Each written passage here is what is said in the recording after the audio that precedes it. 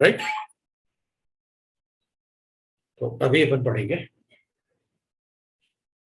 Mechanical properties. तो properties पढ़ रहे थे अपन कोलॉइड्स ना।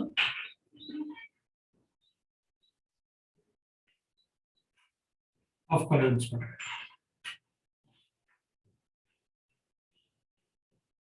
एक तो अपन ने कॉन्जुगेटिव प्रॉपर्टीज पढ़ा था, दूसरा अपन ने दैट इज ऑप्टिकल प्रॉपर्टीज पढ़ा। अभी अपन पढ़ेंगे मैकेनिकल प्रॉपर्टीज, ठीक है ना। कोलॉइड्स का मैकेनिकल प्रॉपर्टीज पढ़ते हैं। तो कोलॉइड्स के मैकेनिकल प्रॉपर्टीज में you can write like this.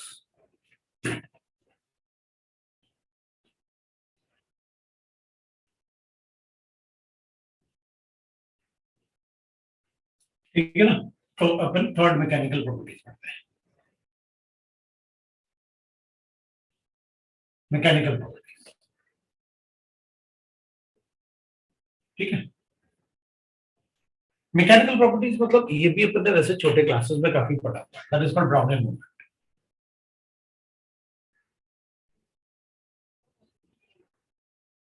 That is the mechanical property. अभी ब्राउनियन मूवमेंट होता है जिगजैग मोशन ऑफ पार्टिकल्स, है ना। The zigzag motion of particles, motion of particles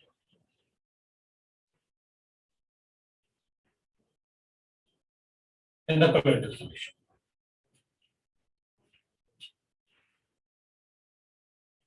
colloidal solution, है ना। That is called Brownian. तो actually होता क्या है कि ब्राउनियन मूवमेंट अपन को पता है, पहले जो मतलब ऐसे स्कूल में छोटे क्लासेस में पढ़ा, क्योंकि ऑलमोस्ट सभी जगह पढ़ाते हैं, है ना। 9th 10th में तो पढ़ाते ही पढ़ाते हैं। तो ब्राउनियन मूवमेंट होता है, जैसे अपन बोलते हैं ना कि भाई अपने पास ऐसे कोलॉइडल सॉल्यूशन है, तो जो पार्टिकल्स होते हैं ना कोलॉइडल सॉल्यूशन में, ये आपस में टकराते भी हैं और ऐसे zigzag motion of particle, that is called Brownian. उसका कुछ भी हो सकता है मोशन। सो ऐसे zigzag motion of particle is called Brownian. तो हर एक पार्टिकल पे सेम चार्ज होता है। इसके बाद अपन इलेक्ट्रिकल प्रॉपर्टीज पढ़ने वाले हैं। सभी पार्टिकल पे चार्ज होता है, all colloidal particle will have charge. तो वो आपस में रिपेल करते रहते हैं और उनका मोशन जो होता है वो जिगजैग होता है, कोई उनका पर्टिकुलर पाथ नहीं होता। तो वो आपस में रिपेल करते हैं और जिगजैग मोशन, कंटिन्यूअस मोशन में रहते हैं। और ये उनका जिगजैग मोशन ईयर्स तक चलता है। मतलब अपन देखेंगे तो जैसे अपन ने देखा ना, तो माउथ वॉश वगैरह होते हैं, लिस्ट्रीन वगैरह होते हैं, डाइजिन, वो एक मेडिसिन, लिक्विड मेडिसिन होता है पिंक कलर का जो होता है, वो ना कभी प्रेसिपिटेट नहीं होते। वो प्रेसिपिटेट क्यों नहीं होते? Because we say that particles हमेशा मोशन में रहते हैं। उसमें उनमें पार्टिकल में हमेशा काइनेटिक एनर्जी होती है और सभी पार्टिकल पे एक जैसा चार्ज होता है, तो आपस में रिपेल करते हैं। अब ब्राउनियन मोमेंट की वजह से पार्टिकल कभी भी एग्रीगेट नहीं होंगे, वो एक साथ कोलाइज नहीं होंगे, एक साथ एग्रीगेट नहीं होंगे, एसोसिएट नहीं होंगे। एसोसिएट नहीं होंगे तो प्रेसिपिटेट नहीं होंगे। Due to this the colloidal salt will not get precipitate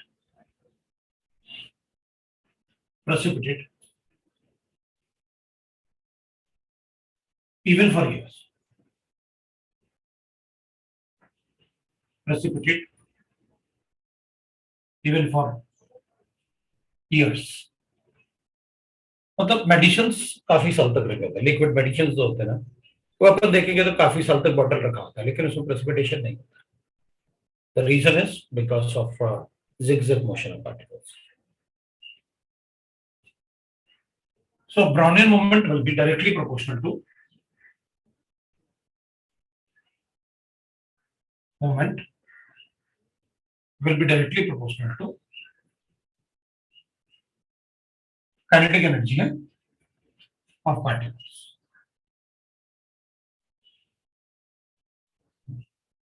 अगर मास ज्यादा होगा तो ब्राउनियन मूवमेंट कम होगा। Inversely proportional to mass of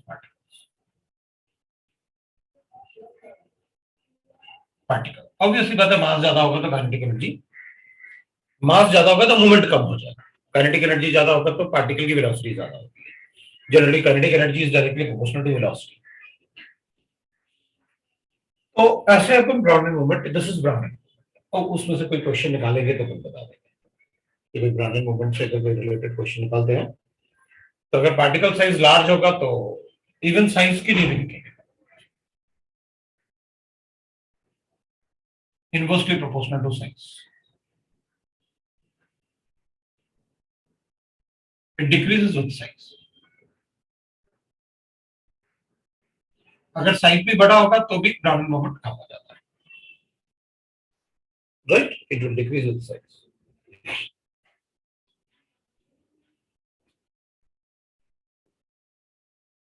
So that is called Brownian movement. अब अपन पढ़ते हैं इलेक्ट्रिकल प्रॉपर्टीज। इलेक्ट्रिकल प्रॉपर्टीज में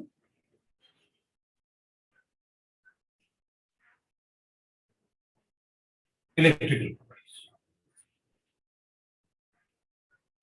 राइट?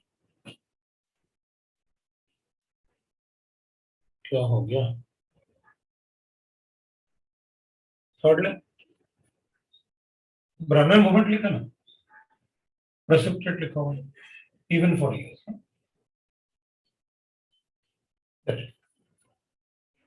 चले, इलेक्ट्रिकल प्रॉपर्टीज में अपन लिखेंगे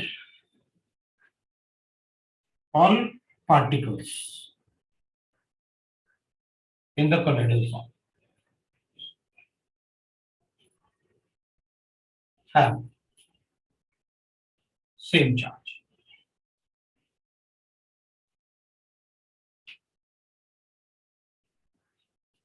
So they repel each other, repel each other. वो आपस में रिपेल करते हैं each other.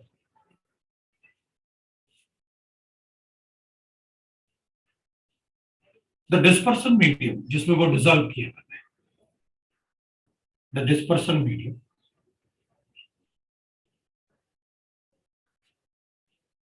also have the same charge. So there is the repulsion between the, so there is repulsion among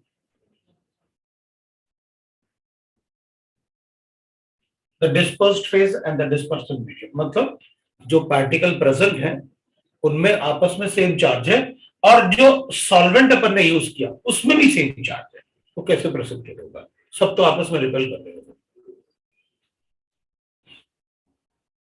among them. So there is repulsion among dispersion medium and the dispersed phase. Dispersion medium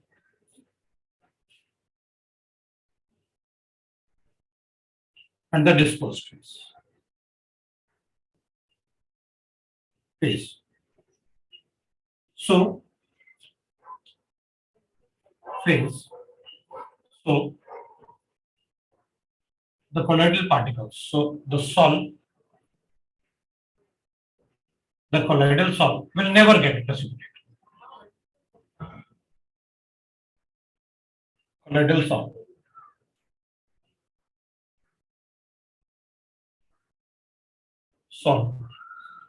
will not get precipitated. तो यही तो आपने ब्राउनिन movement में बताया, बिल्कुल ये ब्राउनिन movement में भी होता, ठीक है? हाँ, एक बार चार्ज लिख लेते हैं क्योंकि मोस्टली अपन से पूछते हैं कि किस टाइप के कॉलॉइड्स पे कौन सा चार्ज होता है, तो पहले अपन एक बार चार्ज लिख लेते हैं। तो अपन पॉजिटिवली चार्ज कॉलॉइड्स लिखते हैं,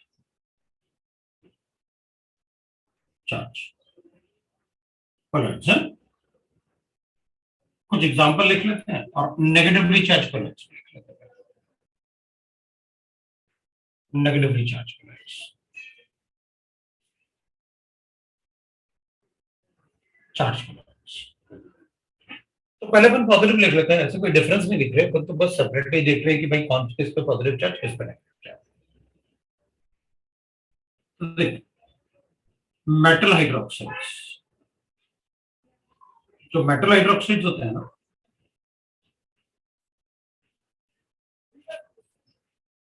मेटल हाइड्रोक्साइड्स, ठीक है ना, जो मेटल हाइड्रोक्साइड्स होंगे,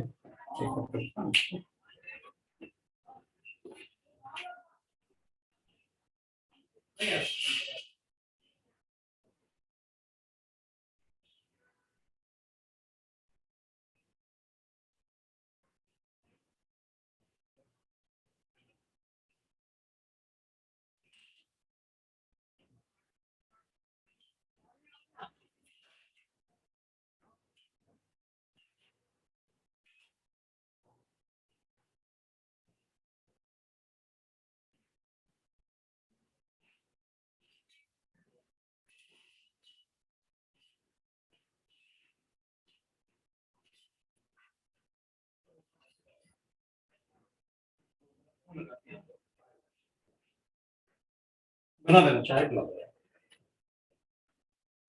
हाँ जी भाई, तो अपन ना मेटल हाइड्रोक्साइड्स, जैसे फेरिक हाइड्रोक्साइड। अब ना देख, एक बात है, जैसे प्रेसिपिटेट होता है तो कर्ड थिक होता है, वो प्रेसिपिटेट है, लेकिन अगर उसको बटर मिल्क में कन्वर्ट करें, लस्सी में कन्वर्ट करते हैं, बटर मिल्क मतलब थोड़ा और डाइल्यूटेड होता है लस्सी से। तो अगर उसको डाइल्यूट करते हैं पानी में, तो जिस टाइप से वो सोल्यूशन दिखेगा ना, that is called colloidal.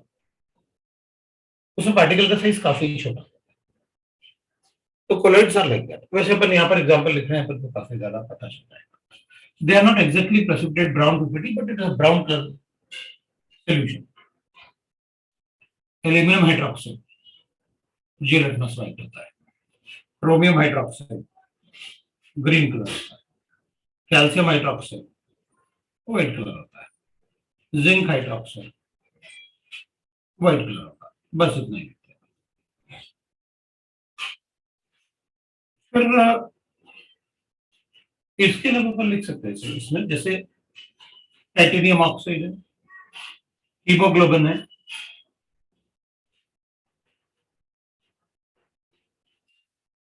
That is, even we write that sea water भी पॉजिटिव चार्ज होता है, sea water, that is positive charge.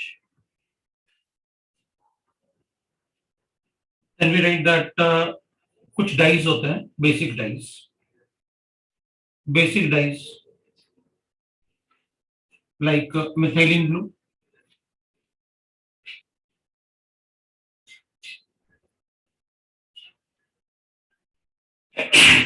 these are positively charged colloids.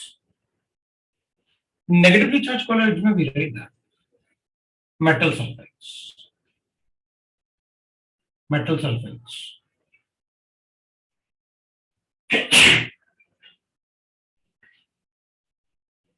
arsenic sulfide, अपन ने पढ़ा येलो कलर होता है। कैडमियम सल्फाइड भी yellow colour होता है। एंटीमनी सल्फाइड ऑरेंज कलर होता है, राइट। फिर ये तो बताने की जरूरत नहीं, मेटल सॉल्ट्स, क्योंकि मेटल सॉल्ट तो हमने ब्रेडिक्स मेथड से पढ़ा था, अपन को पता है उनका नेगेटिव चार्ज आता है, because the electron which from the oxygen atom gets absorbed on the surface of the metal. Gold salt, silver salt, platinum, copper, lead, इनके मेटल सॉल्ट बनाते हैं। अब जितना लिखा हुआ है उतना तो अपन को पता होना ही चाहिए। Third we can read that acidic dyes,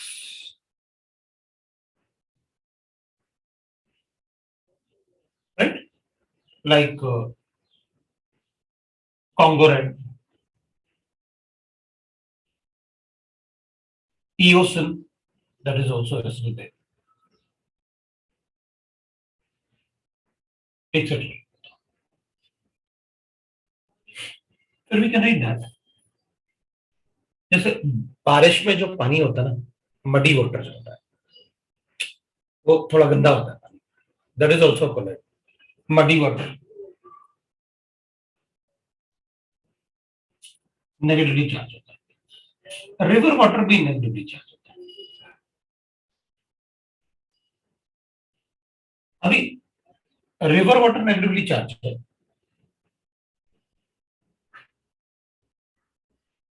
river water negatively charge है, और मडी वाटर भी नेगेटिवली चार्ज है। लिख लो आप, करना बताता हूं।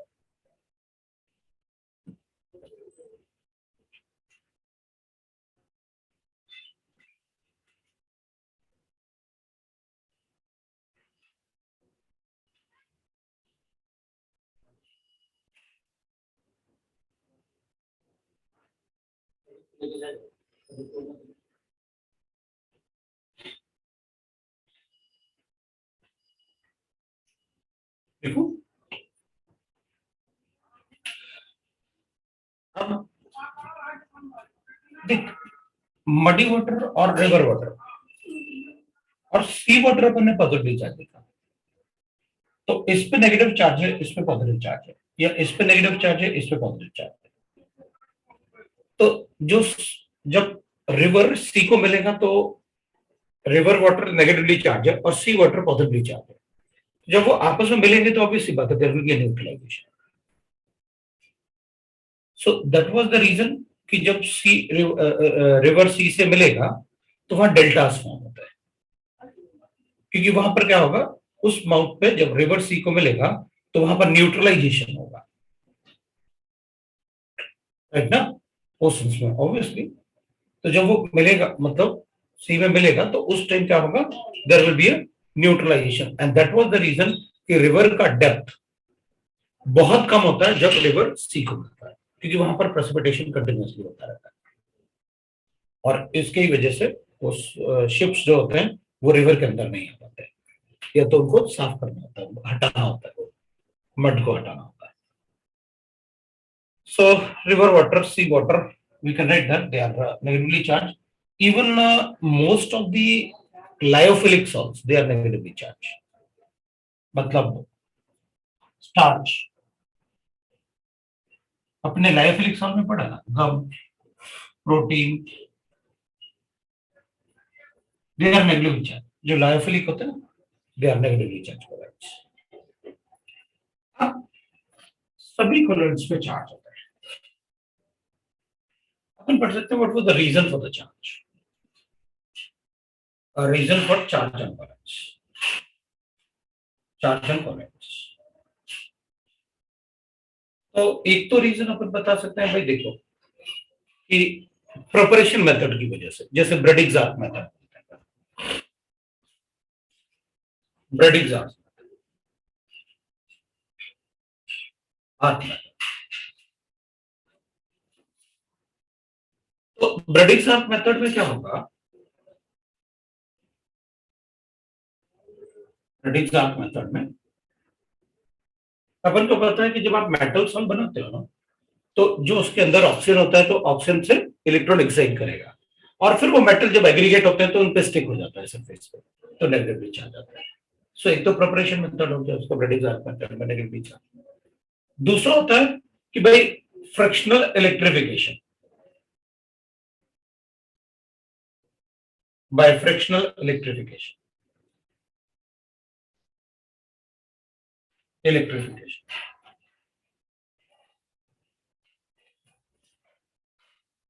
by fractional electrification due to mutual rubbing of particles in each other, particle with each other, with each other. तो अभी क्या होगा कि जब अपन सॉल्व बनाते हैं तो पार्टिकल, उसमें जो पार्टिकल मूव करता है ड्यू टू ब्रोनियन मोमेंट या चार्ज की वजह से, तो आपस में ऐसे टकराते हैं। जब वो टकराते हैं तो जैसे, मतलब अब अपन ये नहीं करेंगे जैसे पत्थर ऐसे मारेंगे तो वहां पर एक फायर निकलेगा, वैसे नहीं बोल रहे पर, लेकिन फिर भी अगर वो ऐसे घिसेंगे ना एक दूसरे से, रब करेंगे अगर एक दूसरे पे, तो वहां सरफेस के इलेक्ट्रॉन जो है वो एक्साइट होते हैं, उस सरफेस की इलेक्ट्रॉन एक्साइट होने की वजह से भी चार्ज आता है. That is what I mean by the mutual property. फिर पेप्टाइजेशन में तो अपन ने चेक किया ही था कि भाई कैसे अपन को जो एक्सेस में ऐड करेंगे तो कॉमन एनाइन होगा तो there will be a peptisation. We know that how to write for peptisation. तो वी कैन राइट पेप्टाइजेशन. अब पेप्टाइजेशन को थोड़ा और अपन डिस्कस कर लेते हैं. पेप्टाइजेशन वाले पार्ट को अपन थोड़ा और डिस्कस कर लेते हैं.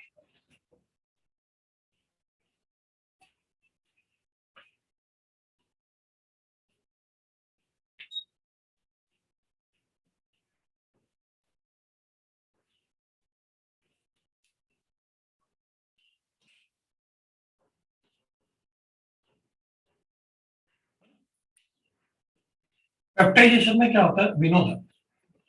तो भाई जैसे एग्जांपल मैंने कहा हमने AgNO3 को ऐड किया, Ki को ऐड किया AgNO3 में, तो we got yellow ppt of AgI.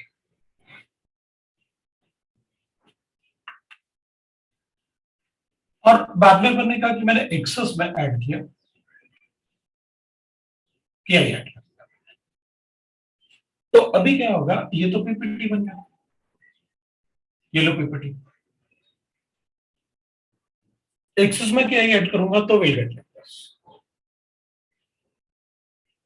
ये जी और इस पे नेगेटिव चल रहा है.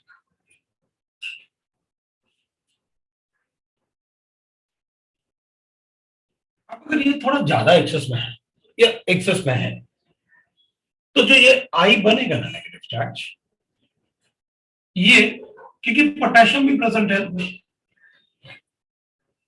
पोटेशियम को भी अट्रैक्ट करता है. ये थोड़ा पोटेशियम को भी अट्रैक्ट करता है. उससे बहुत ज्यादा कोलाइडल रेंज बढ़ने वाला नहीं है, लेकिन थोड़ा पोटेशियम को भी अट्रैक्ट करता है. मतलब एक तरीके से ये डबल लेयर बनता है. और we can write like this. AgI है अपने पास, इसको ऐसे बनाना. ये तो पीपीटी था, तो ये अट्रैक्ट होता है आई नेगेटिव के साथ, तो कोलाइडल रेंज में आ गया. और ये अट्रैक्ट होगा K पॉजिटिव को अट्रैक्ट करेगा, तो ये एक और layer. So there is a formation of double. ये अपन double layer, double formation of double.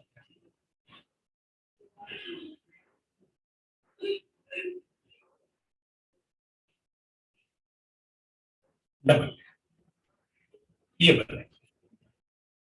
अब फॉर्मेशन ऑफ डबल लेयर बना तो अपन कहेंगे this layer will be more attracted rather than this layer. So this is suppose first layer. अब मैं चाहता था उसमें ना अपन ऐसे कर लेना. AgI है अपने पास, अपने आई नेगेटिव कहा और ये K पॉजिटिव कहा. मैं इसको ऐसे बना देता. इसका अट्रैक्शन इससे more attracted than second layer. तो इसका अट्रैक्शन इससे लेस होगा, लेस अट्रैक्शन.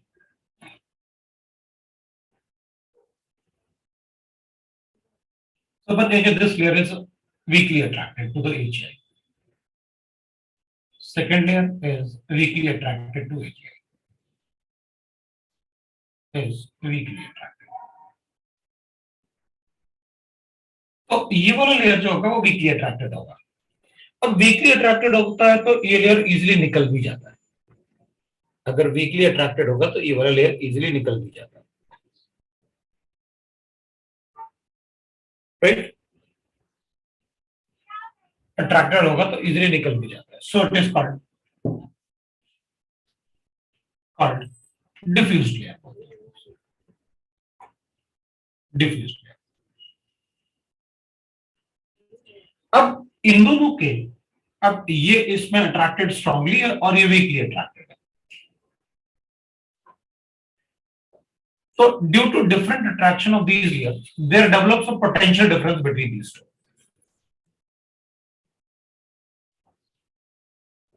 So ये strongly attracted होगा क्योंकि first layer है, ये second layer है.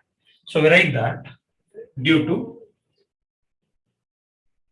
the difference in attraction of the two layers.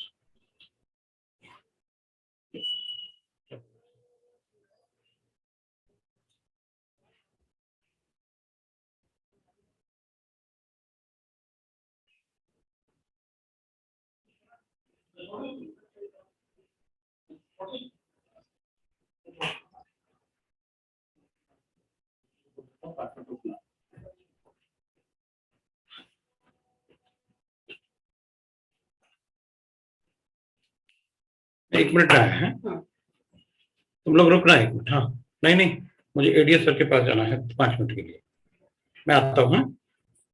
तुम लोग रुकना.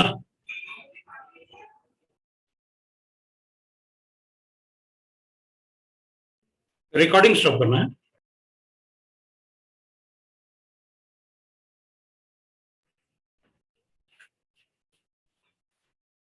शुरू करते हैं. अच्छा, अपन बात कर रहे थे due to difference in attraction of two layers. They develop the potential difference.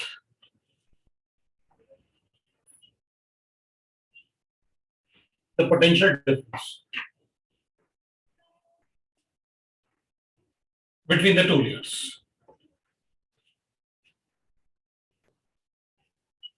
Okay. ये लेयर तो स्ट्रांगली अट्रैक्टेड है, ये लेयर वीकली अट्रैक्टेड है, ये इजीली रिमूव हो जाएगा. That's why we are calling it as a diffuse layer. इन दोनों में डिफरेंस अट्रैक्शन की वजह से पोटेंशियल डिफरेंस जनरेट हुआ, और पोटेंशियल डिफरेंस अगर जनरेट होगा तो this potential difference is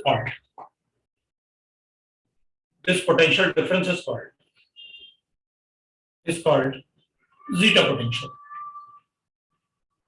Zeta potential, ये अपन इसे इलेक्ट्रोकाइनेटिक पोटेंशियल भी बोलते हैं. इलेक्ट्रोकाइनेटिक पोटेंशियल भी बोलते हैं, ठीक है ना. अपन इसे जीटा पोटेंशियल भी बोलते हैं या फिर इलेक्ट्रोकाइनेटिक पोटेंशियल भी बोलते हैं. अब अपन कहेंगे इलेक्ट्रोकाइनेटिक पोटेंशियल की वैल्यू ज्यादा कब होगी या जीटा पोटेंशियल की वैल्यू ज्यादा कब होगी, तो अपन कहेंगे देखो भाई, जितना ज्यादा इनके बीच में पोटेंशियल डिफरेंस, इनके बीच में इसके साथ अट्रैक्शन का डिफरेंस होगा, मतलब ये जितना ज्यादा स्ट्रांगली अट्रैक्टेड और ये वीकली अट्रैक्टेड, उतना ही ज्यादा इनके बीच में पोटेंशियल डिफरेंस जनरेट होगा. तो मतलब जीटा पोटेंशियल ज्यादा होगा अगर ये लेयर स्ट्रांगली अट्रैक्टेड है और ये weakly attracted. So higher the G, अपन क्या करेंगे इसमें, अपन कहेंगे देखो, अगर ये स्ट्रांगली अट्रैक्टेड होगा तो ज्यादा नंबर ऑफ आयंस होंगे, ये तो कम नंबर ऑफ आयंस होंगे because it is a diffuse layer. इसमें जितना ज्यादा नंबर ऑफ आयंस होंगे उतना ज्यादा अपन कहेंगे नेगेटिवली चार्ज कोलॉइड्स होगा. तो इससे ज्यादा चार्ज नहीं आने वाला, ये बहुत कम होगा इसके कंपैरिजन में. तो कोलॉइड तो अपन नेगेटिवली चार्ज ही बोलेंगे बिकॉज जो फर्स्ट लेयर होता है उसी से ही चार्ज को प्रेडिक्ट करना होता है. हायर द राइट ना, higher the attraction of first layer, more will be the zeta potential.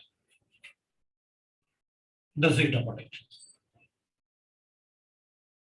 अब जितना ज्यादा zeta potential होगा, हायर अट्रैक्शन होगा तो zeta potential ज्यादा होगा. अब जितना ज्यादा zeta potential होगा उतना ज्यादा नेगेटिव चार्ज होगा, जितना ज्यादा नेगेटिव चार्ज होगा उतना ज्यादा रिपल्शन होगा बिटवीन द कोलॉइड्स, जितना ज्यादा रिपल्शन होगा उतना ज्यादा स्टेबिलिटी होगा कोलॉइड्स का. more will be the repulsion among particles,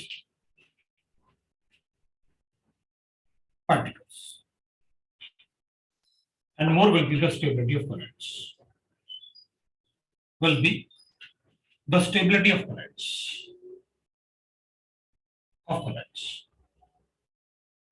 तो अगर मैं जीरो पोटेंशियल को जीरो कर दूं तो मान लो अपन कहेंगे जीरो पोटेंशियल को जीरो कर दे तो अपन कहेंगे जीरो पोटेंशियल को जीरो करोगे कैसे? तो अपन कहेंगे देखो अगर मैं इस चार्ज को हटा दूं तो ठीक है ना, फिर प्रेसिपिटेट बच जाएगा। तो अगर जीरो पोटेंशियल का वैल्यू जीरो हो जाए तो इसका मतलब है यहां पर चार्ज है ही नहीं, वो नेगेटिव चार्ज है ही नहीं इसके सरफेस पे, तो फिर वो कोलाइड ही नहीं रहेगा।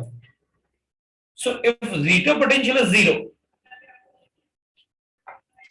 then the colloids will precipitate. If zeta potential value, अब वो क्वेश्चन में गिवन होगा, अब ये सारा पार्ट ऐसे थ्योरेटिकली लिखा होगा, तो zeta potential is zero, then colloids get precipitated,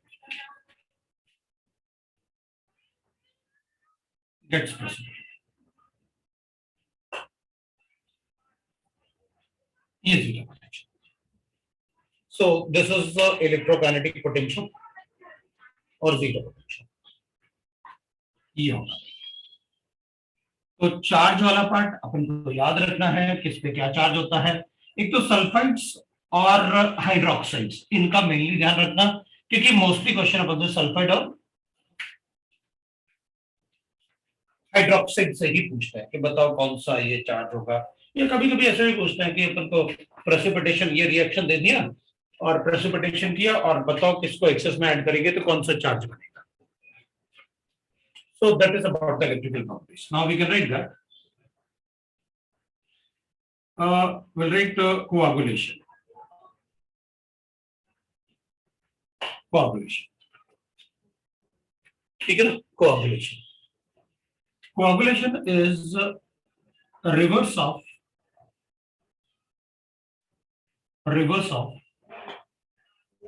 peptidation. Peptidation क्या था? तो अपन कहेंगे भाई पेप्टाइजेशन तो था कि प्रेसिपिटेट को कोलाइडल पार्टिकल में कन्वर्ट करना, दैट इज कॉल्ड पेप्टाइजेशन। मतलब ये जो मेथड था ना, this is nothing but peptization.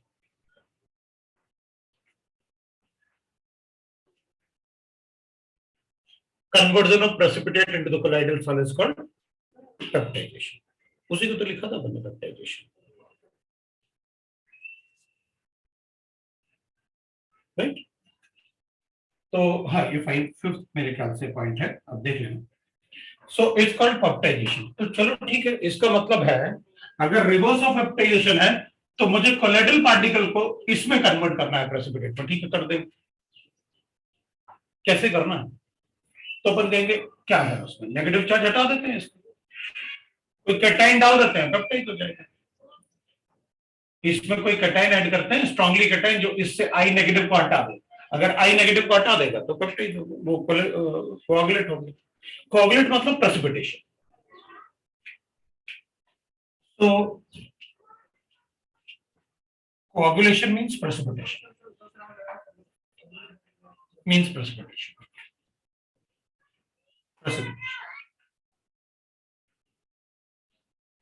अब जैसे अपन कहेंगे थोड़ी देर पहले पर, अच्छा एक बार अपन ने शायद नहीं लिखा है, वो जो नेगेटिवली चार्ज कोलॉइड्स है ना, उसमें अपन ने ब्लड नहीं लिखा, क्योंकि haemoglobin is positively charge, blood is negatively charge. वो नेगेटिवली चार्ज वाले में ब्लड लिख लो, ब्लड इज नेगेटिवली चार्ज, लिख लो भाई, blood is negatively charge.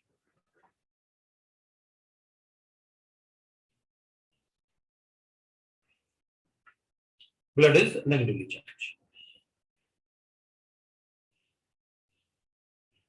Okay, blood is negatively charge है।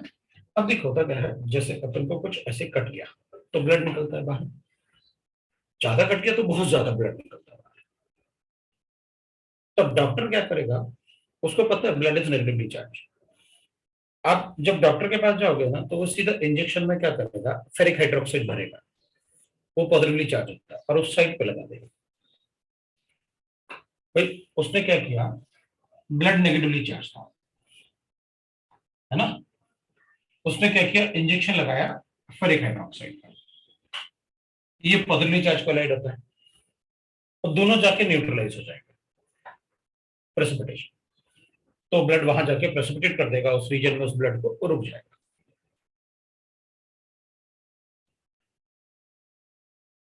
ठीक है, अब इसलिए वो रुक जाता है। ठीक है ना। तो ठीक है, पहले के लोग क्या लगाते थे, वो तो हल्दी और सिंदूर, मतलब ठीक है, उसमें वो तो इसलिए लगाते थे बॉन्डिंग की वजह से, क्योंकि लेड है ना, तो उतना जल्दी नहीं रुकता था जितना अभी रुक जाता है। वो इंजेक्शन दिया 2 मिनट के अंदर रुक गया, क्योंकि अब काफी एडवांस हो गया ना। तो surface chemistry most of the part तो मेडिसिन वाले पार्ट है। अब उतना अपन मेडिसिनल पढ़ नहीं रहे हैं, क्योंकि उतना पूछेंगे ही नहीं, तो क्यों पढ़ना बहुत ज्यादा। तो कोआगुलेशन होता है, अगर अपन कोआगुलेशन की डेफिनेशन लिखें, तो द मिनिमम मोल्स, अब मिनिमम अमाउंट तो लिखेंगे अपन, ठीक है ना। सो अपन लिखेंगे the minimum millimoles, millimoles of,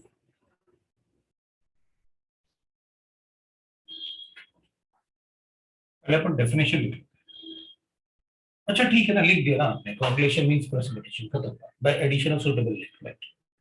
so the minimum millimoles of suitable electrolyte,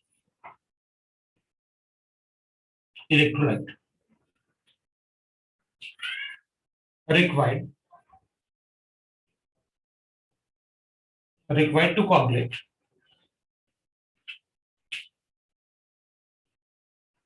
1 liter of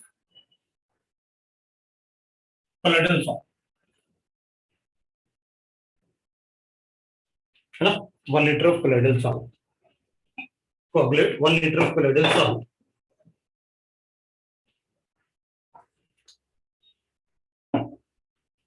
1 liter of colloidal salt is called coagulation.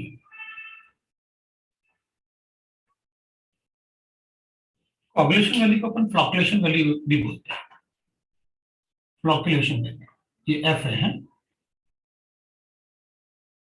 Flocculation value, कोagulation वैल्यू या फिर फ्लॉकुलेशन वैल्यू। तो अपन क्या करेंगे कोagulation के लिए, पहले तो ये है कि भाई कोलॉइड्स हैव नेगेटिव चार्ज, तो पॉजिटिव कैटायन ऐड करना पड़ेगा। फॉर कोagulation of negatively charged colloids,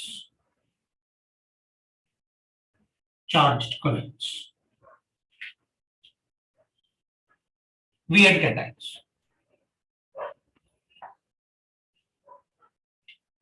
Similarly, अगर मैं लिखूंगा coagulation of positively charged colloid and for coagulation for positively charged colloids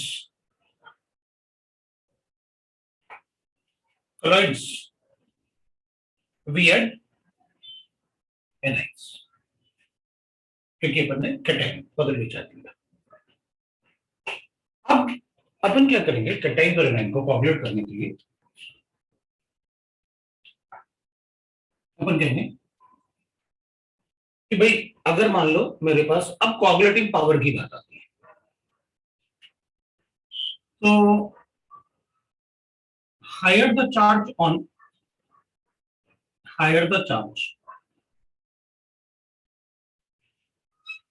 cation or anion, more will be its coagulating power. Its coagulating power. Coagulating power. मतलब अपन इसको ऐसे लिख सकते हैं, higher the charge है तो more will be the coagulating power.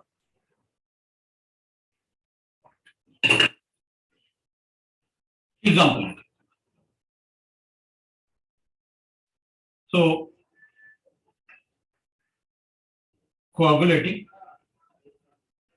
power of cation, अगर cation में अपन देखेंगे तो भाई एल्यूमिनियम पे 3 चार्ज होता है, मैग्नीशियम से ज्यादा होगा, सोडियम से ज्यादा होगा, ज्यादा चार्ज है ज्यादा कोआगुलेटिंग पावर है। सेम चार्ज वाले पूछते नहीं है। जैसे मान लो हमारे पास कैल्शियम और मैग्नीशियम है तो क्या करेंगे, तो इतना तो आपको पता होना ही चाहिए कि ज्यादा चार्ज ज्यादा कोऑगुलेटिंग पावर।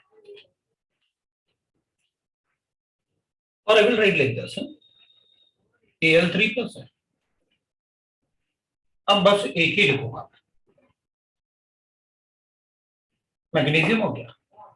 तो अपन को लगेगा अच्छा अच्छा सर, कैटाइन में अगर चार्ज एक जैसा है तो जिसका बड़ा साइज होगा उसका कोऑगुलेटिंग पावर ज्यादा होगा, बस हो गया इतना।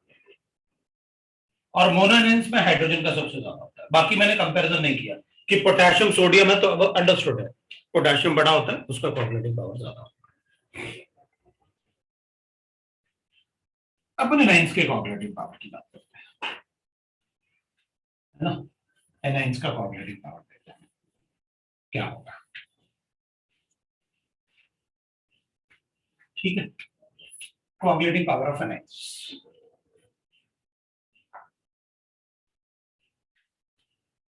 So we'll write the coagulating power of anions.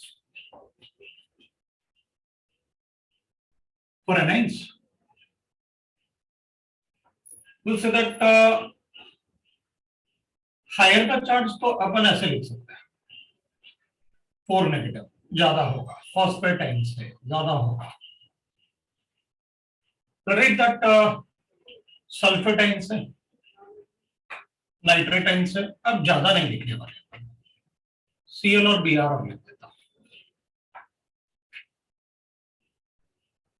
Milk is negatively charge कर रहा है, कलर जितने होंगे सब पे चार्ज होगा। अब सबके लिए अपन मतलब ऐसे मैंने इसलिए नहीं लिखा, अब मतलब सारे थोड़ी लिख डालेंगे अपन कि भाई किस पे क्या है। मिल्क इज नेगेटिवली चार्ज कर रहा है,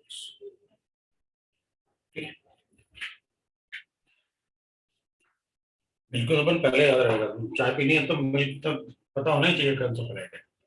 चलो भाई, तो विल गेट लाइक दिस। अब अपन पता क्या है, अपन जाएंगे देख भाई, कोआगुलेशन पावर जो है is directly proportional to valency. Coagulating power is directly proportional to valency. ठीक है ना, coagulating power is directly proportional to valency. और मैं वैलेंसी का स्क्वायर कर देता हूं, मतलब वैलेंसी पे बहुत ज्यादा डिपेंड करेगा ना। वैलेंसी अगर ज्यादा है तो कोआगुलेटिंग पावर ज्यादा होगा। Coagulating power is inversely proportional to coagulating value.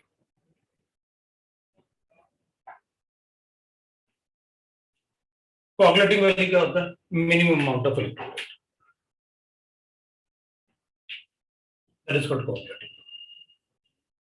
तो जितना कम अपन ने यूज करेंगे जितना कम अमाउंट यूज करने से हम 1 लीटर को प्रेसिपिटेट कर लेंगे उतना अच्छा कोआगुलेटिंग पावर रहा होगा। तो ऑब्वियसली बात है, फिर एल्यूमिनियम को ऐड करें और मैग्नीशियम को ऐड करें, बताओ किसका अमाउंट कम ऐड करना पड़ेगा, एल्यूमिनियम के मिलीग्राम्स। भाई एक एल्यूमिनियम 3 चार्ज को न्यूट्रलाइज कर देगा और एक मैग्नीशियम 2 ही चार्ज को न्यूट्रलाइज कर पाएगा। तो अगर अपन एल्यूमिनियम और सोडियम में डिफरेंस चेक करें तो ऑलमोस्ट 559 मतलब 560 के आसपास होता है। दैट इज एक्सपेरिमेंटल वैल्यू, मुझे मतलब मैं एक्सपेरिमेंटल वैल्यू बता रहा हूं, ऐसे देख के अपन बता नहीं सकते। इसको कोआगुलेशन वैल्यू को अपन फ्लॉकुलेशन वैल्यू भी कहते हैं, वो ध्यान रखना। फ्लॉकुलेशन वैल्यू,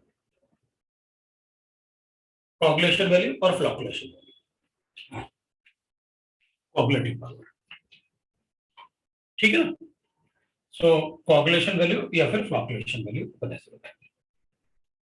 अब एक छोटा सा एग्जांपल करते हैं, वैल्यूज वगैरह ये सब। एंड ये जो पावर वाला पार्ट एक्सप्लेन किया था ना, that is explain bye Hardy's rule. वो हार्डी रूल था जिसमें अपन ने ये पढ़ा। अब कभी वो नाम आ जाए तो this is explain bye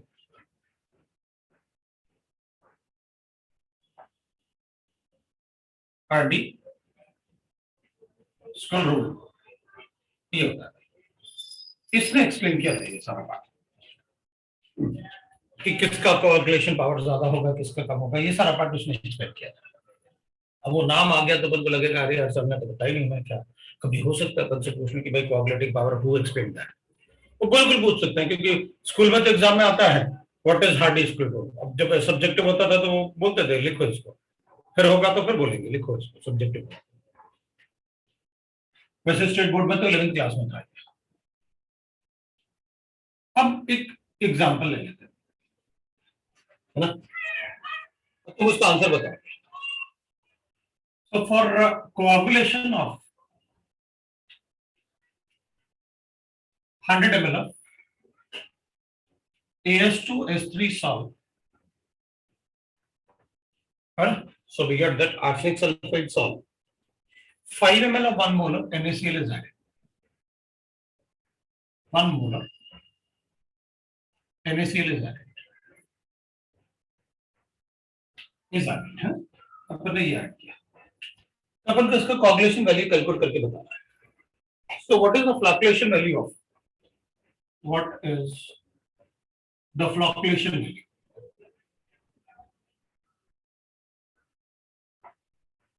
Value of NaCl. लो भाई, कैसे बताएंगे? सामने तो डेफिनेशन लिखा हुआ है, उसमें है क्या कैलकुलेट करने के लिए? अब देख, अपन कहेंगे सर पहले तो ये बताओ कि आर्सेनिक सल्फाइड पे चार्ज क्या है। अपन कहेंगे चार्ज कोई भी हो, हमें फर्क नहीं पड़ता, क्योंकि जो इलेक्ट्रोलाइट आप ऐड कर रहे हो उसमें दोनों ही प्रेजेंट है। नेगेटिव चार्ज है तो ये कोआगुलेट कर देगा, पॉजिटिव चार्ज है तो ये कोआगुलेट कर देगा। आप इलेक्ट्रोलाइट ऐड कर रहे हो। हाँ, अगर ऐसे होता तो अपन कहते हैं सर फिर एक काम करो, अगर ऐसे ले रहे हो तो फिर सिंस कैटाइन पे चार्ज ज्यादा है तो नेगेटिवली चार्ज कोलाइड को न्यूट्रलाइज करने के लिए इसको ऐड करना, क्योंकि ये ज्यादा प्रेफरेबल होगा ना उससे। अभी तो दोनों से ही, मतलब अगर अपन इलेक्ट्रोलाइट में कैटाइन और एनाइन दोनों है ना, तो मैं किसी भी कोलाइड, चाहे वो नेगेटिवली चार्ज हो या पॉजिटिवली चार्ज, नेगेटिवली चार्ज होगा तो ये न्यूट्रलाइज कर देगा, ये पॉजिटिवली चार्ज होगा तो ये कर देगा। चलो उसका वैल्यू कैलकुलेट करते हैं। जैसे आर्सेनिक सल्फाइड थोड़ी देर पहले अपन ने लिखा था, सल्फाइड्स आर नेगेटिवली चार्ज। बताओ, डेफिनेशन लिखा।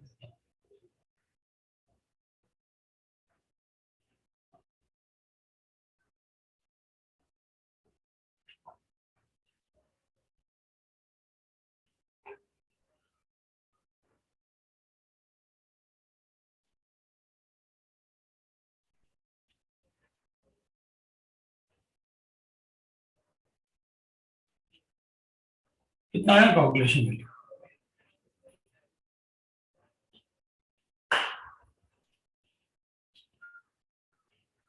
मैं बताना तो पड़ेगा, मतलब ऐसे थोड़ी है कि मतलब पढ़ाते रहेंगे तुम लोग पता नहीं सो गए या पढ़ रहे। जल्दी बताओ। लो भाई, आंसर तो आ गया। तो मिनिमम मिलीमोल्स चाहिए ना 1 लीटर के लिए। सो मिलीमोल्स ऑफ NaCl लिख लेते हैं। तो मोलारिटी इनटू वॉल्यूम होता है, तो मोलारिटी 1 है, वॉल्यूम 5 है, तो 5 मिलीमोल्स हो गए और 100 ml ऑफ आर्सेनिक सल्फाइड। और अपन ने डेफिनेशन में क्या लिखा है कि मिनिमम मिलीमोल्स फॉर 1 लीटर चाहिए। तो अगर 500 ml के लिए 5 चाहिए तो 1000 के लिए 50 मिलीमोल्स चाहिए। Therefore, millimoles of NaCl required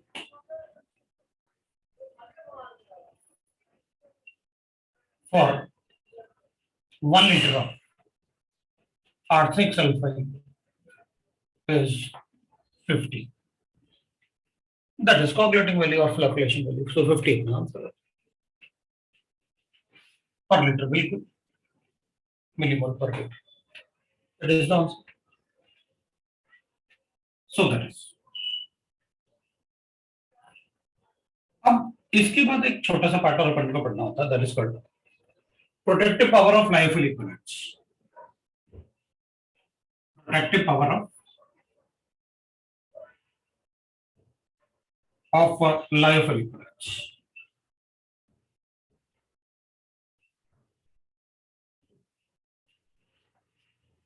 और इसकी प्रोटेक्टिव पावर को अपन किससे, गोल्ड नंबर से डिनोट करता है।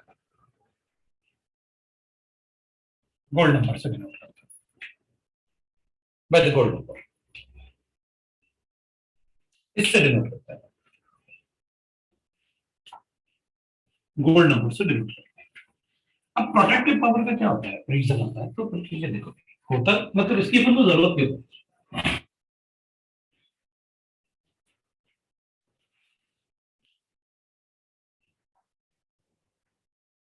The lyophobic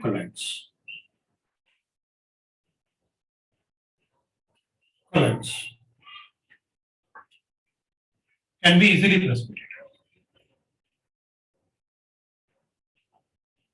precipitated। जो लायोफिलिक colloids होते हैं ना, ये लायोफिलिक,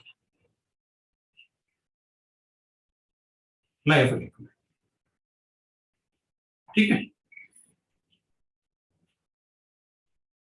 लायोफिलिक colloids। तो हम क्या करेंगे, they can be easily precipitated, so we add some amount of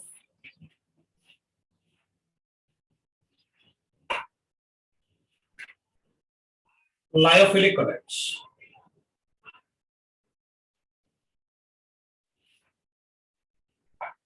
which has, which cannot be easily precipitated, cannot be easily, which cannot be precipitated easily. So we add lyophilic colloids, which forms a protective boundary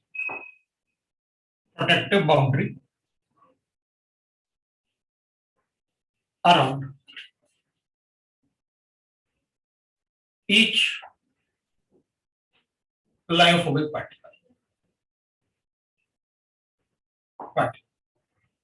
तो ऐसे कुछ lyophilic colloids होते हैं जो कि अपन add करेंगे तो इसके अराउंड एक प्रोटेक्टिव लेयर बना देंगे। So this is protective layer of lyophilic, layer of lyophilic. तो अगर अपन लेयर बना देंगे ना इसके अराउंड, तो फिर ये आपस में लायोफोबिक प्रेसिपिटेट नहीं हो पाएंगे इजीली। इवन अगर कोई इलेक्ट्रोलाइट भी ऐड करेंगे तो इजीली वो प्रेसिपिटेट नहीं हो पाएंगे। जैसे कुछ ऐसे मेडिसिन्स होते हैं जिनको अपन को लायोफोबिक से ही बनाना पड़ेगा। अब क्या करें, अब मेडिसिन में अपन ने बॉटल को ओपन किया, पता प्रेसिपिटेट हो गया। इवन टैबलेट्स, अगर आप टैबलेट को हाथ में लेके देखोगे ना तो उस पर ऐसे काफी स्मूथ होता है उसका सरफेस, वो मटेरियल स्मूथ नहीं होता, इसका लेयर होता है उस पर जो स्मूथ होता है, वो लेयर स्मूथ होता है। अगर अपन टैबलेट को निकाल के बाहर भी रख देना तो वो रखा रहेगा काफी दिन तक, खराब नहीं होता। जबकि अपन को पता है यार, there are so many acidic gases, reason क्योंकि there is a protective layer जो प्रेसिपिटेट नहीं होता। लिक्विड मेडिसिन में there is a protective layer, precipitate नहीं होता। मेडिसिन का बॉटल 2-3 साल भी रखा होगा तो भी चलता रहेगा, कोई प्रॉब्लम। तो अपन कहेंगे ठीक है, मान लेते हैं कि जैसे अपन कुछ लायोफिलिक लिखते हैं, जैसे एग्जांपल में तो gelatin, gelatin, casein,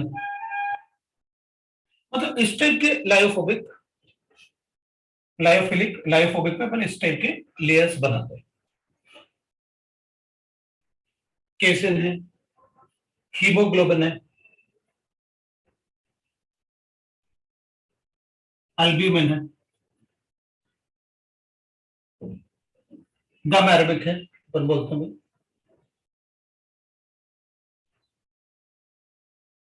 gamma arabic है, पोटैटो स्टार्च है।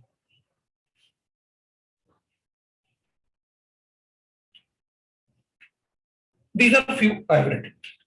वैसे तो अपन सोप भी बता देंगे प्रोटेक्टिव लेयर बनाता है। जैसे अपन अज्यूम करेंगे, चलो अपन मुंबई में तो स्टेशन में कोई प्रॉब्लम नहीं, बट जो मुंबई के बाहर जो छोटे छोटे स्टेशन आते हैं ना, वहां जो चाय वगैरह मिलती है वो क्या करते हैं, एक बकेट में पानी लेंगे, उसमें यूरिया डालें,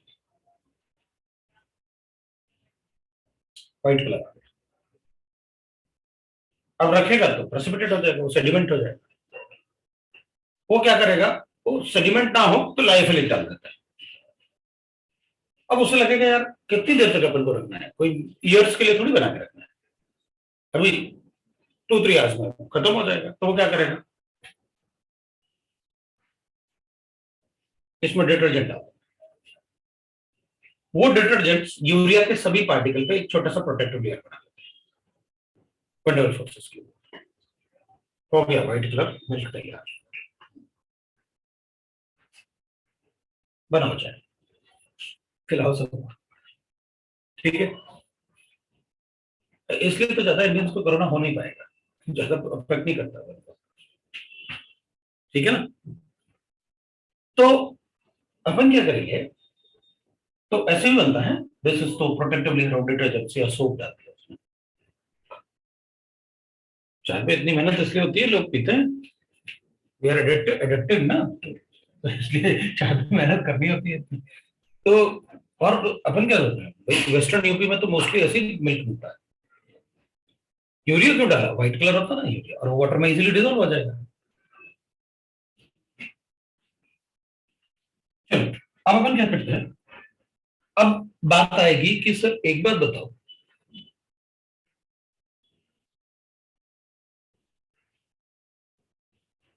हाँ ठीक है, अब अपन कहेंगे कि मान लो सर, अब ये है कि मेरे पास, मान लो मेरे पास एक, ये मैंने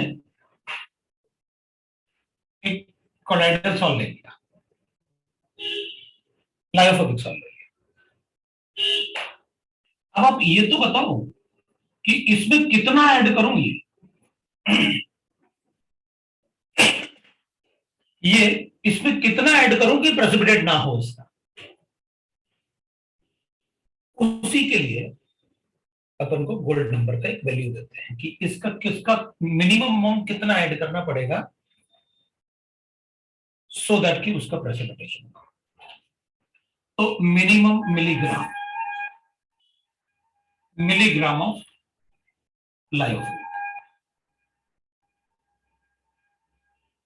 मिनिमम मिलीग्राम ऑफ लायोफिलिक जो अपन ऐड करें, सो दैट की प्रेसिपिटेशन ना हो। तो हमें कैसे पता चलेगा, तो अपन ने क्या किया, एक गोल्ड नंबर बनाया। जिगमॉन्टी ने कहा कि चलो अपन एक गोल्ड नंबर बना देते हैं। गोल्ड नंबर कैसे, उसने कहा कि देख भाई, हम ले लेते हैं गोल्ड सॉल्ट, ये ले लिया हमने गोल्ड सॉल्ट, जो कि नेगेटिवली चार्ज होता है, ये था गोल्ड सॉल्ट। अब गोल्ड सॉल्ट क्या होता है, रेड कलर का होता है, गोल्ड का सोल्यूशन रेड कलर होता है, solution of gold is red colour, ये गोल्ड सॉल्ट है। मुझे एक बात पता है कि जब मैं इसमें NaCl ऐड करूंगा, हमने, अब इसका भी अमाउंट फिक्स करेंगे, ऐसा नहीं कि कोई भी अमाउंट ले लो, अमाउंट फिक्स करेंगे। जब अपन इसमें NaCl ऐड करते हैं तो ये AuCl3 का प्रेसिपिटेट बनाता है। मतलब प्रेसिपिटेट क्या, वो ब्लू कलर में कन्वर्ट हो जाएगा और थोड़ा थिक हो जाएगा। तो NaCl के साथ अगर अपन गोल्ड को ऐड करेंगे plus gold salt, it will form AuCl3, तो ये ब्लू कलर बन जाएगा और ये वैसे रेड कलर होता है NaCl के ऐड करने से। अब अपन कहेंगे कि देखो भाई, इन दोनों का अमाउंट फिक्स होता है, तो गोल्ड सॉल्ट अपन को 10 ml लेना होता है, इसका 10 ml ले लेंगे। मतलब जब भी अपन इनका प्रोटेक्टिव पावर कैलकुलेट करेंगे तो 10 ml ही रखेंगे गोल्ड को। अब अपन NaCl ऐड करेंगे,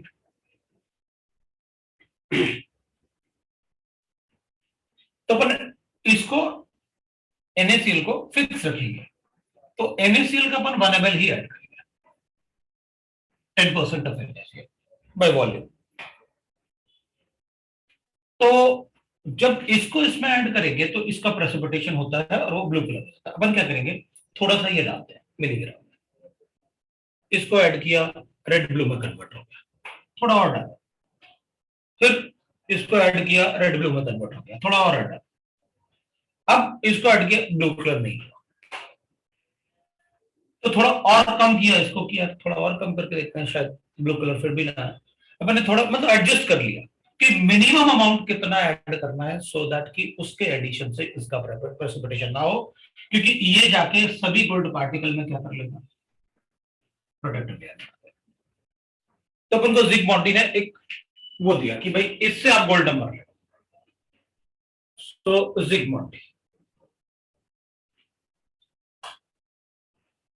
gave the term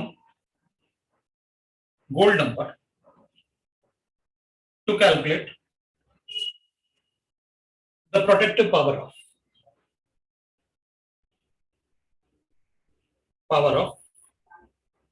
the lyophiलिक sum। तो अपन ने गोल्ड नंबर उसको बोला, तो इसलिए अपन उसे गोल्ड नंबर बोलते हैं।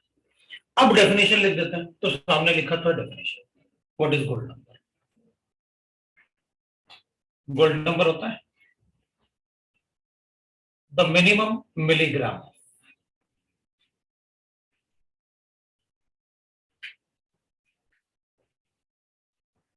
lyophiलिक added to 10 ml of 10 ml of standard gold solution,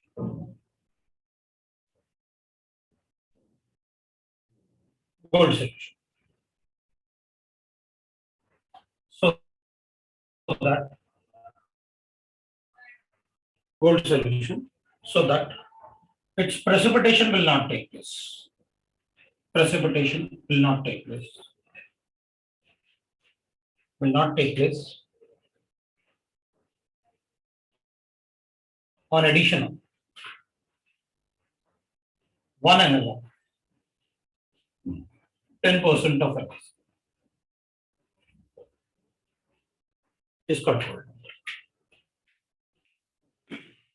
अब इसमें भी अपन ये लिखेंगे भाई कि देखो गोल्ड नंबर अगर ये मिनिमम जितना कम होगा, मतलब गोल्ड नंबर का वैल्यू इसका मिनिमम मिलीग्राम है, मतलब जितना कम इसका वैल्यू होगा, गोल्ड नंबर होगा, उतना अच्छा प्रोटेक्टिव पावर होगा, क्योंकि गोल्ड नंबर अगर कम होगा तो प्रोटेक्टिव पावर ज्यादा होगा ना। गोल्ड नंबर कम होने का मतलब है इसका मिनिमम अमाउंट ऐड किया। जैसे अपन अज्यूम कर लेते हैं इसको अगर मान लो प्रेसिपिटेट नहीं होने देना है, तो केसिन जो मुझे ऐड करना पड़ेगा ना, जैसे जिलेटिन ऐड करना सबसे अच्छा, मैंने ये ना डिक्रीजिंग ये लिखा हुआ है, डिक्रीजिंग ऑर्डर। सबसे अच्छा प्रोटेक्टिव पावर जिलेटिन का होता है और सबसे कम प्रोटेक्टिव स्टार्च। तुम लोग पहले नोट कर लो, फिर मैं लिख दूंगा, कोई प्रॉब्लम नहीं।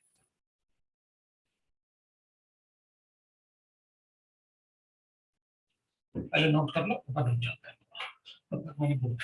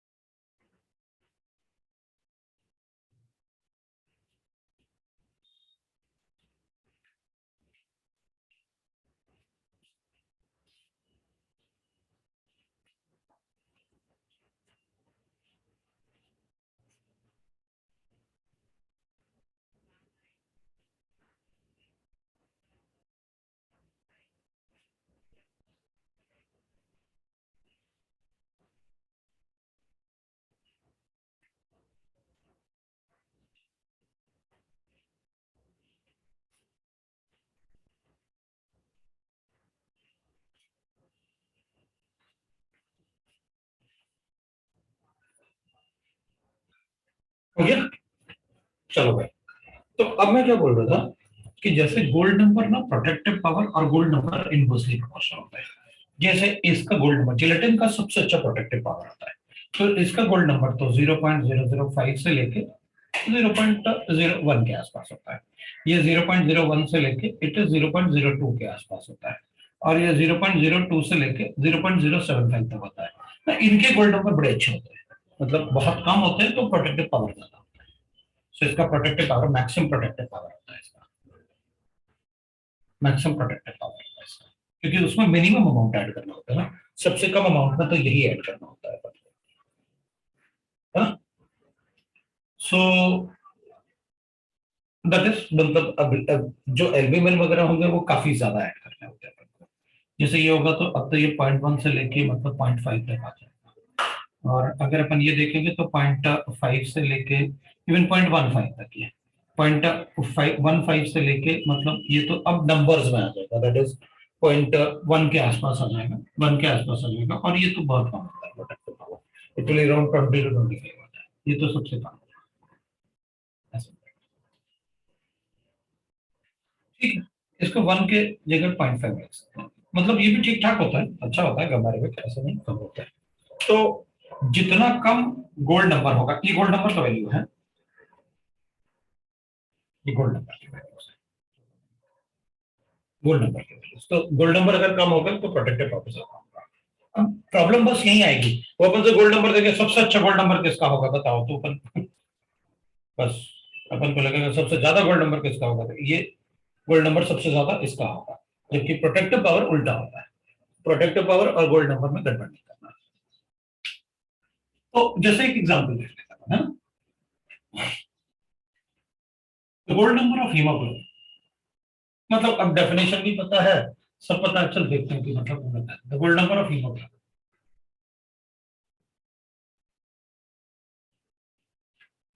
इज 0.03, ये अपन को गिवन क्वेश्चन। अपन को लिखना how much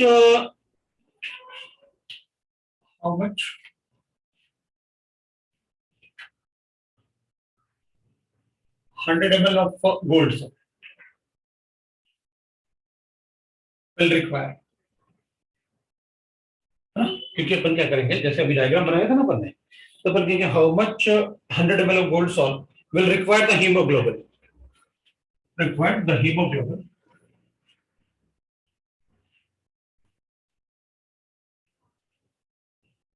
so that so that gold is not coagulated back। इससे coagulate करते हैं अपन 1 ml of 10% solution of NaCl, इससे coagulate ना हो। बताओ भाई क्या होगा इसका gold number, that is not gold number, बताओ how much it is required, जो अपन को ऐड करना था life 10% NaCl weight by volume, yes, weight by volume।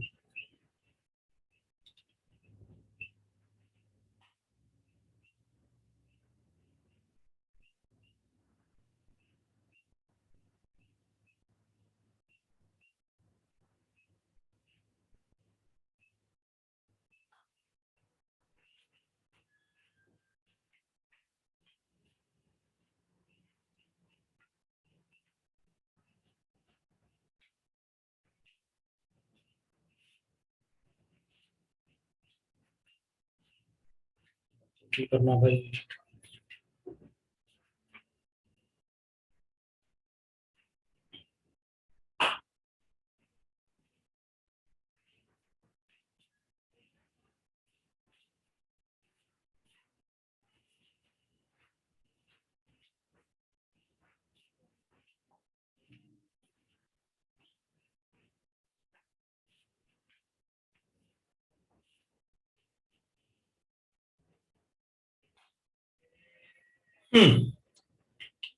कितना आया, तो अपन कहेंगे देख भाई,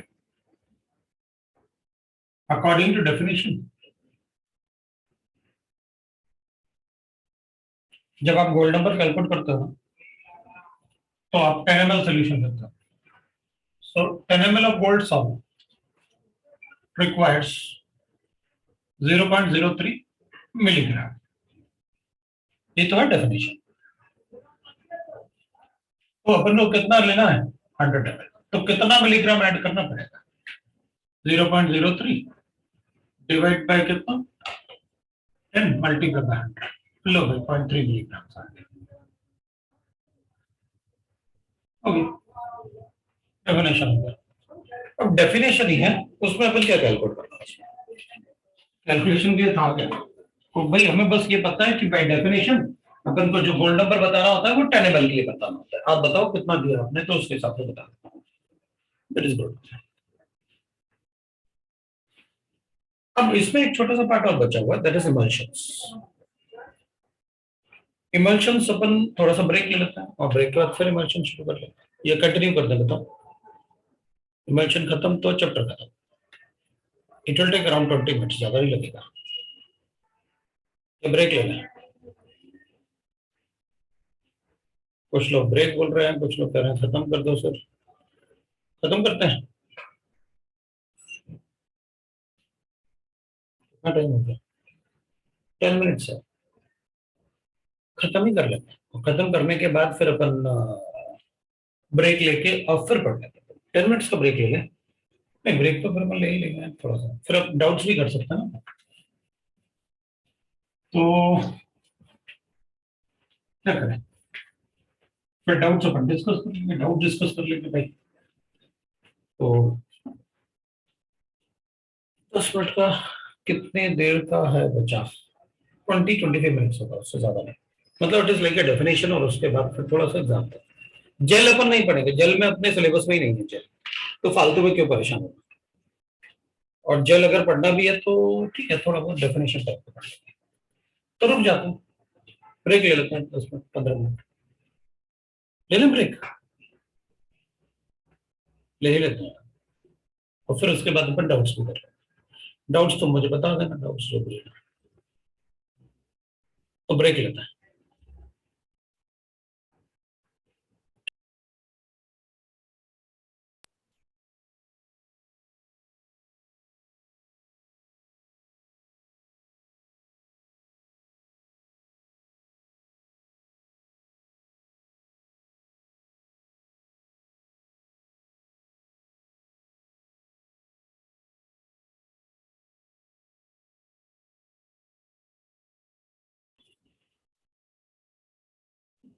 इमल्शंस पढ़ना पड़ेगा। इमल्शंस में ना डिस्पर्स्ड फेज लिक्विड और डिस्पर्सन मीडियम मीडियम में liquid.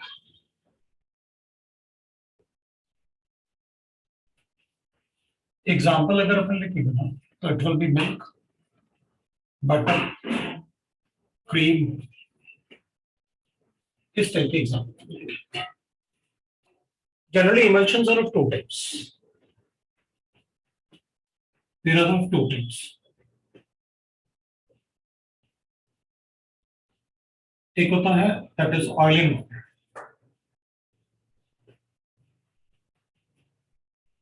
That is called oil in water type.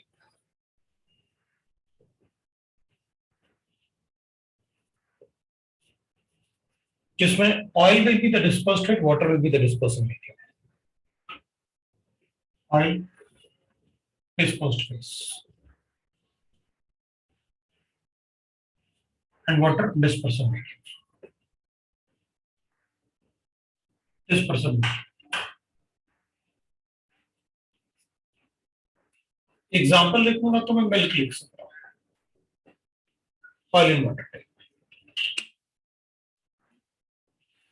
दूसरा होता है वाटर एंड ऑयल टाइप। तो वाटर एंड ऑयल तो इसमें water will be the disposed phase and oil will be the dispersion.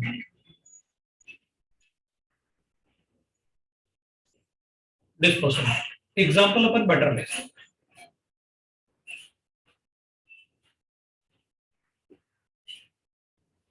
तो पहले अपन ऑयल एंड वाटर को देख लेते हैं डिस्कस करके,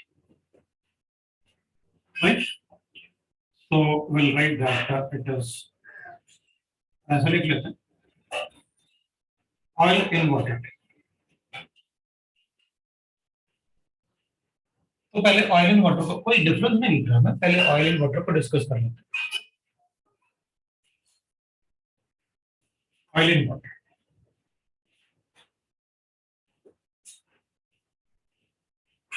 तो जैसे अपन ने मिल्क कहा, इन मिल्क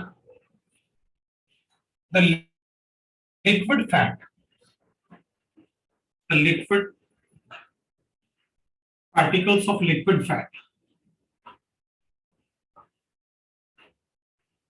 साइज अपन को पता है 1 to 1000 nanometers of liquid fat dissolved in water, dissolved, that is what is present in the milk. Milk जो होता है उसमें लिक्विड फैट होता है। So water will act as a dispersion medium, मुझे लिखने की जरूरत है। अब समटाइम्स क्या होता है कि भाई इसको अगर हम मिल्क को ज्यादा देर के लिए रख दें तो दो सेपरेट लेयर में सेपरेट हो जाता है वो, मतलब it will convert into the water और फैट वो सेपरेट हो जाएगा। मतलब अगर अपन मिल्क को ऐसे बाहर रख दे तो वो नेक्स्ट डे अपन को मोस्ट प्रोबेबली दो सेपरेट लेयर में कन्वर्ट हो जाएगा। तो वो कन्वर्ट ना हो उसके लिए अपन कोई ऐसा केमिकल डाल देते हैं जिसकी सो दैट कि वो सेपरेट ना हो, मतलब वो वाटर को और ऑयल को पकड़ के रखे, फैट को पकड़ के रखे। Those type of reagents are called emulsifying reagent या emulsifying agent। जैसे मिल्क पैकेट वाला मिल्क आता है, जो अपन पता है पैकेट में मिल्क जो मिलता है वो तो 4-5 दिन भी रखा रहता है, क्योंकि उसमें वो emulsifying एजेंट ऐड करते हैं, फॉर्मेल्डिहाइड। वो क्या करता है, मिल्क को 2-3 दिन तक खराब नहीं होता, वो फैट और वाटर सेपरेट नहीं होने देगा, then it is called emulsifying।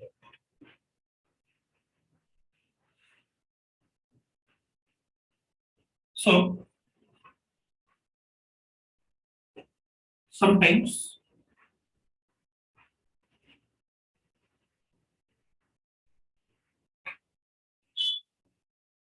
the dispersed phase and dispersion medium are separated into different layers, into different layers, into different layers.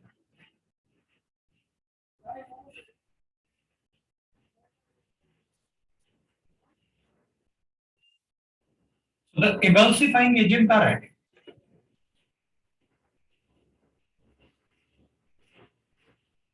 Agent are added for their stability, for their stability. अब जैसे example लिखेंगे तो दो liquids mix करेंगे और वो separate ना हो लेयर्स में। तो जैसे मिल्क की बात कर ले तो मिल्क में चलो क्या ऐड करोगे आप, emulsifying एजेंट ये बता दो।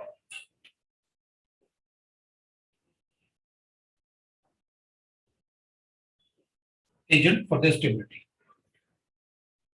सच एज, तो अपन एग्जांपल लिख लेते हैं भाई, emulsifying agent, emulsifying agent, agent like अपन प्रोटीन डाल देते हैं, मिल्क में भी अपन प्रोटीन डाल देते हैं, गम डाल देते हैं, या फिर नेचुरल और सिंथेटिक सोप, सिंथेटिक सोप डाल देते हैं, जो यूरिया से बना रहे थे मिल्क, उसमें सोप भी तो डाल रहे थे।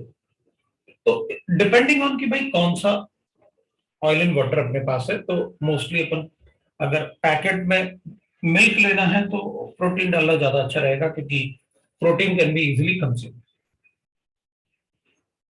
तो we can rate.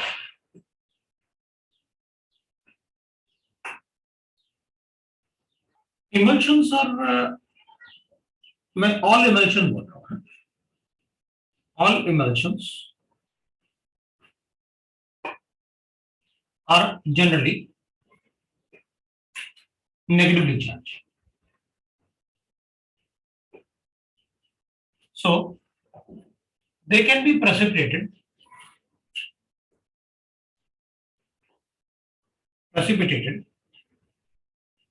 by adding suitable electrolyte. Suitable electrolyte. Obviously बात है, अगर कोई colloids है तो अपन को पता है उसको अपन सेपरेट कर सकते हैं by adding the suitable electrolyte.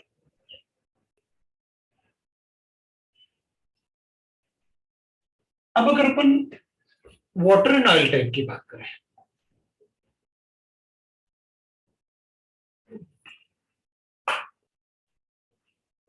ये तो अपन घर में भी कर सकते हैं।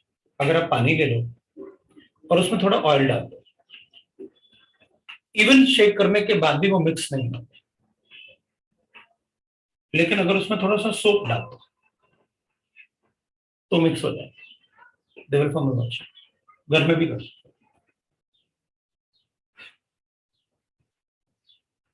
सो इन बटर लिख सकते हैं,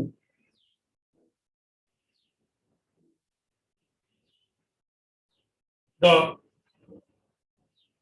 अपन कहेंगे इसमें water is dissolved in the liquid fat.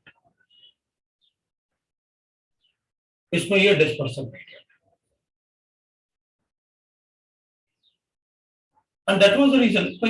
जो बटर होता है वो थोड़ी फ्रीज होता है, फ्रिज में जो बन रहा है, फ्रीजर में रखते हैं, फ्रीज तो वाटर होता है, तो वो क्या होता है, वाटर फ्रीज होता है, इसलिए अपन फ्रीजर में रखेंगे तो हार्ड रहेगा, और फ्रीजर से बाहर निकालेंगे तो वो ऑयल जैसे मेल्ट होना शुरू हो जाता है,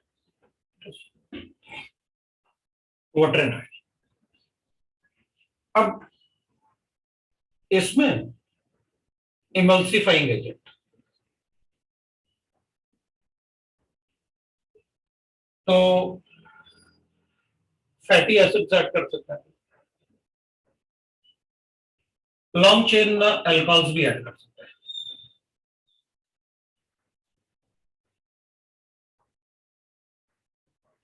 लैंप ब्लैक भी ऐड कर सकते हैं, हेवी मेटल्स भी ऐड करते हैं। भाई इसमें तो हेवी मेटल्स ही ऐड करते हैं ना बटर में, निकल वगैरह भी तो ऐड करते हैं वो वेजिटेबल ऑयल को बटर में सॉलिड मास में कन्वर्ट करने के लिए, hydrogenation of vegetable oils, these are emulsifying agent. अब सारे इमल्सन नेगेटिवली चार्ज होते हैं, पॉजिटिव चार्ज ऐड करेंगे तो प्रेसिपिटेट हो जाएगा। अब होता तो ऐसे होगा जैसे ऑयल है, अपन मतलब जैसे इधर ऑयल एंड वाटर की बात करें तो ऑयल तो वाटर रिपेलिंग होता है। भाई ऑयल जो होता है, अगर वाटर है अपने पास 10%, ये वाटर है अपने पास, अपन ऑयल ऐड करेंगे तो वो तो रिपेल करेगा वाटर को, वो डिजोल्व नहीं होता। अपन क्या करेंगे, इसमें मल्टीफाइंग एजेंट ऐड कर लेंगे, वो क्या करेगा, ऑयल और वाटर के बीच में एक लेयर बना लेगा, इमल्सिफाइंग एजेंट। क्या ऐड किया, दिस इज इमल्सिफाइंग एजेंट, तो क्या ऐड कर दें, चलो सिंथेटिक सोप ले लेते हैं। तो इसमें क्या होगा, वो सोप का जो हाइड्रोफोबिक पार्ट होता है ना, वो इससे बॉन्डेड हो जाएगा। सोप अपन ने पढ़ा था ना, सर्फेक्टेंट, क्योंकि ऑयल तो हाइड्रोफोबिक पार्ट से अट्रैक्ट होगा ना, ये भी हाइड्रोकार्बन है, ये भी हाइड्रोकार्बन है, ऑर्गेनिक कंपाउंड है, तो ये अट्रैक्ट हो जाएगा और दोनों को बॉन्ड कर देगा, तो वाटर जो है वो बॉन्ड हो जाएगा, इसके सोप के हाइड्रोफिलिक पार्ट से वाटर बॉन्डेड हो जाएगा, और इसके हाइड्रोफोबिक पार्ट से, हाइड्रोफिलिक पार्ट वाटर में डिसॉल्व होगा और हाइड्रोफोबिक पार्ट ऑयल में आ जाएगा, तो बाइंड अप कर देगा, दोनों को बाइंड कर देगा, तो डिसॉल्व कर देगा, स्टेप से बाइंडिंग हो जाता है। All emulsion shows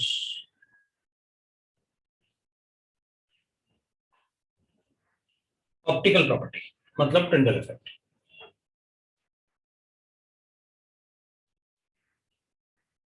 Brownian movement,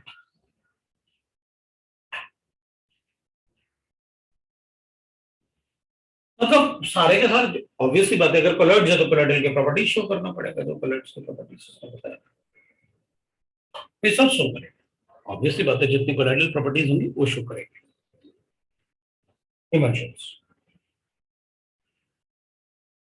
अब इमल्शन जो होता है ना, जैसे अपन इसको हीट करते हैं तो ये बॉन्ड ब्रेक हो जाएंगे, या कोई केमिकल रिएजेंट ऐड कर दें तो भी ये ब्रेक हो जाते हैं।